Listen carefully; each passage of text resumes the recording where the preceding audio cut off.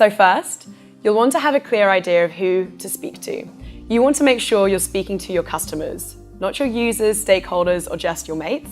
Okay, so in the doc, you'll want 3 to 4 potential customers with a phone number or email.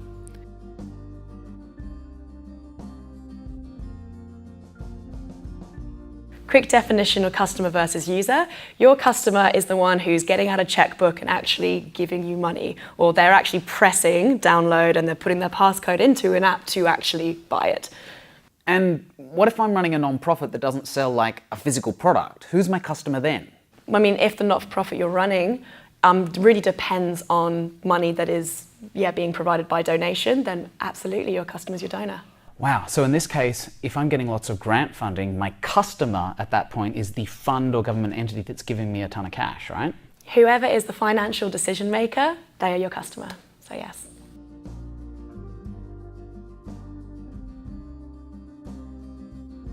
Your best kind of person to interview is someone who is actively seeking the solution to the problem that you care about. Okay, hold on, what do you mean by actively seeking the solution? So I have 100% stolen this off a really great resource called customerdevlabs.com. If somebody really has the problem, they're already trying to basically like hack the solution. So almost they're trying to MacGyver their way through. You know, they're putting blue tack in the microwave to keep the door shut. So what you're trying to do is figure out what it is they're doing there and how, well, hopefully your solution either cuts some steps out of that or just makes it easier, you know, solves it more elegantly. Remember, what you're looking to discover the most about is the problem and the context the problem occurs in that you care about, right? So, well, then the best person to speak to is someone who's already trying to solve that problem, but they're just not solving it very well. You're going to create a better solution.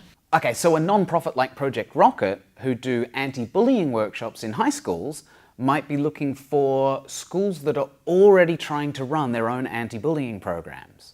Project Rocket can provide a high-quality workshop much more easily than the schools could do themselves and remove the burden of building curriculum for it. So the early adopter in this case is that person who's MacGyvered the program at school already. So they don't need to be convinced about the necessity of the program. That's what you want to find.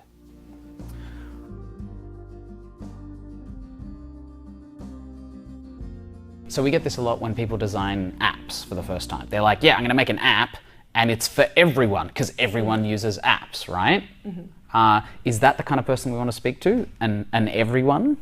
So a really nice way of just testing out if it's everyone. Well, if it's everyone, you walk into the nearest cafe that you can find and you walk up to the first person you see and you start to interview them around how they use apps. When was the last time they used apps?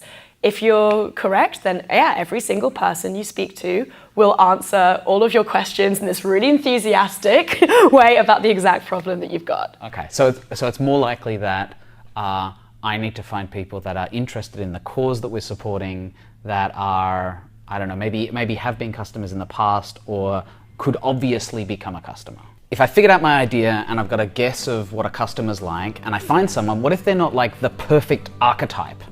Yes, so we need to get over perfect, just no more perfect. You're going to discover who really your customer is by just getting out there and starting to interview people. So even an interview where you realize halfway through, oh, this is not the person that I actually am helping, that's still really good data. You've eliminated that person and figured out more who it is that you're targeting.